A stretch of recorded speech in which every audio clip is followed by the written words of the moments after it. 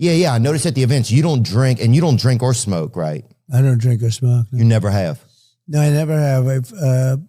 I had a great brother who taught me a lesson: don't drink, and he said don't smoke. He smoked and he drank, and he was a great guy. He was a very handsome guy. Is he older? He was older, quite a bit older, yeah. And he had a problem with alcohol and smoke a lot. But I tell people no drugs, no drinking, no cigarettes. Yeah, I tell that to my kids all the time. I'd say no drugs, no drinking, no smoke.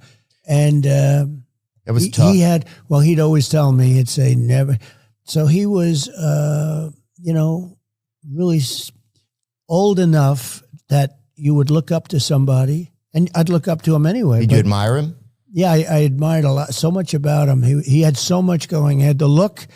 He what was his name? Unbelievable personality, like an incredible personality. What was his name, Donald? His name was Fred Trump.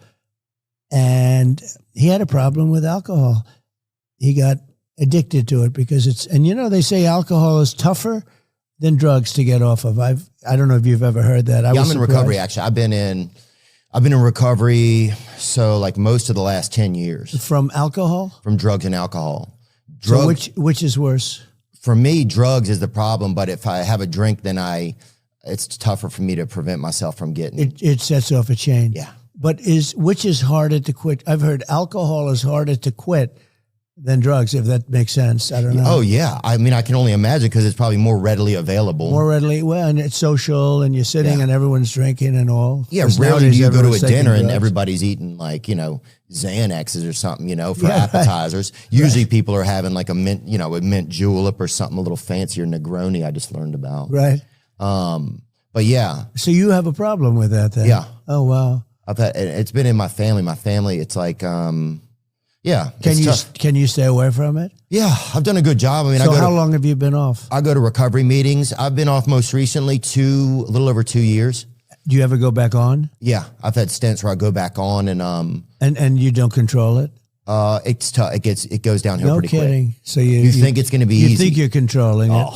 And then you're you're doing your go-kart and racing with hookers and stuff. It gets bad. It's just not to do it, right? Right. So then in the end, you're like, I have to not do it. Did you see, like, with your brother, could you see it or anything? Like, man. I was amazed because he had so much going, he had everything going. I think it happened in college at a fraternity maybe, or I don't know, somewhere along the line it happened. And all of a sudden, this is not unique. This is a very common story, unfortunately. But and then the family would see it and start to notice it, and it didn't get better. It didn't get better. I was amazed. He lived for so long in bad conditions. In terms of, I was amazed that his body could hold out. It held out, and it had bad moments.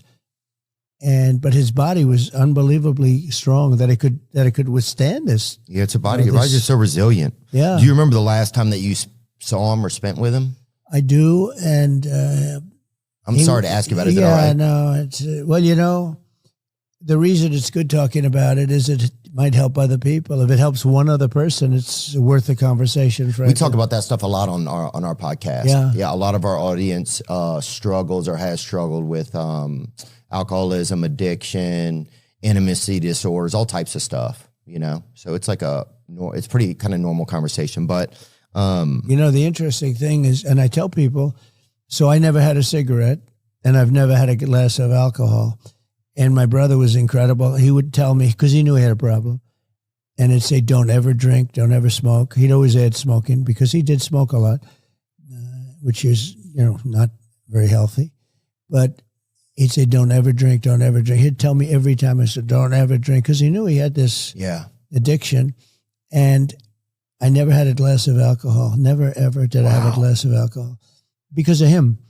And I would say that if I did drink, I could, conceivably be the type of personality that would have, like you, that would have a problem.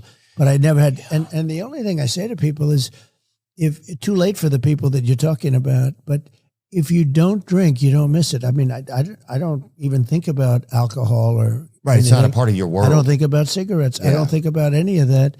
If you don't take drugs or if you don't have alcohol, it's real easy not to drink it. It's when I had a friend who went to the Wharton School of Finance with me. He was a very smart guy. Where is it, Wharton School? That's in Philadelphia. That's at Penn. Oh, yeah. Rocky. Right. And it's a great school, great business school. And it's part of the University of Pennsylvania, the business school. Oh, it's nice down there. Yeah. My friend's brother went there or something. Well, we ate near there once. Then he was smart because it's a great school. But this person that I met, he hated the taste of Scotch. Hated it. Couldn't stand it. But he insisted on having it because he felt it was important to be able to drink. I said, no, just don't drink. He said, to be successful in business, you have to sort of interact and you have to drink. And I said, don't do it. Anyway, he became an unbelievable alcoholic, uncontrollable alcoholic. Oh, I thought you meant like one of the best.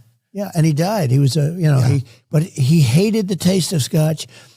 And he couldn't live without it. Wow. Literally.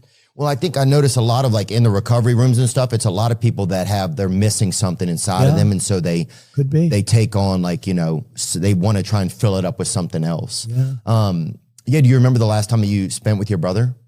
I do. And he'd have periods where he'd get sick, very sick. And we thought we'd lose him or we lost him. Then he'd get better.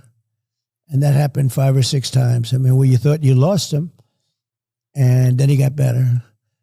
And it was amazing. I mean, he was, certainly very strong in that sense. And I just tell people it's so tragic. Don't drink. Just don't drink. Yeah. And you're not going to have a problem. Like even you, if you didn't drink, you would never, but you probably maybe wouldn't be successful like you are. It's part of your story, right? It's helped me a lot. Yeah. Because I don't know what would happen probably. I think it's just too risky.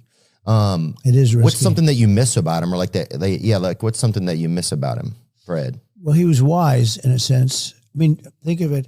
He's got this problem, and it was very important for him to convey to me not to have this problem. And I couldn't have been successful if I had that problem. Yeah. If I had that problem, and I think maybe I'm a personality type where I could have had the problem if I drank. But if you don't drink, you're never going to have it. I mean, I don't miss when I see somebody light up a cigarette and just they're in heaven. I don't miss that at all. It's weird. It's so it's very Native American too. Isn't it crazy? It's bizarre. And I think sometimes our older brothers, they kind of they take the speed bumps for us, as younger brothers, so that we don't have to. You know what I'm saying? You know what I'm talking about? Yeah, my brother went through a lot of stuff so that I didn't have to go through it, and then I get to see him and learn. Is he okay now? Yeah, he's doing great now. But that's one of the blessings I think of having an older brother. You can learn through history too, even if it's not a brother, it's by watching other people. I mean, you can see if you have a friend who's an alcoholic, or even just by reading about people, you can learn.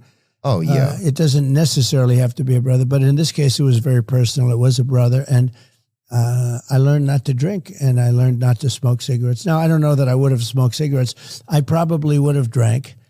I think, there's no reason not to drink. But I had a reason because he told me, just that was it. Don't do it. Yeah. Yeah. That was kind of a blessing then, huh? Yeah. And where did you guys ever do anything fun together? Like one nice memory that you have with him? He had a great talent for flying. He was a pilot. Oh, sweet. And he loved it. And did you ever fly with him? I did. I flew with him. He was a great pilot and a very talented. Other pilots would come to his house to study with him. Watch him fly. And he was really talented at that. But ultimately, he had to give that because of the alcohol. He had to give that up, which was a hard thing for him to do, but he had to give that up.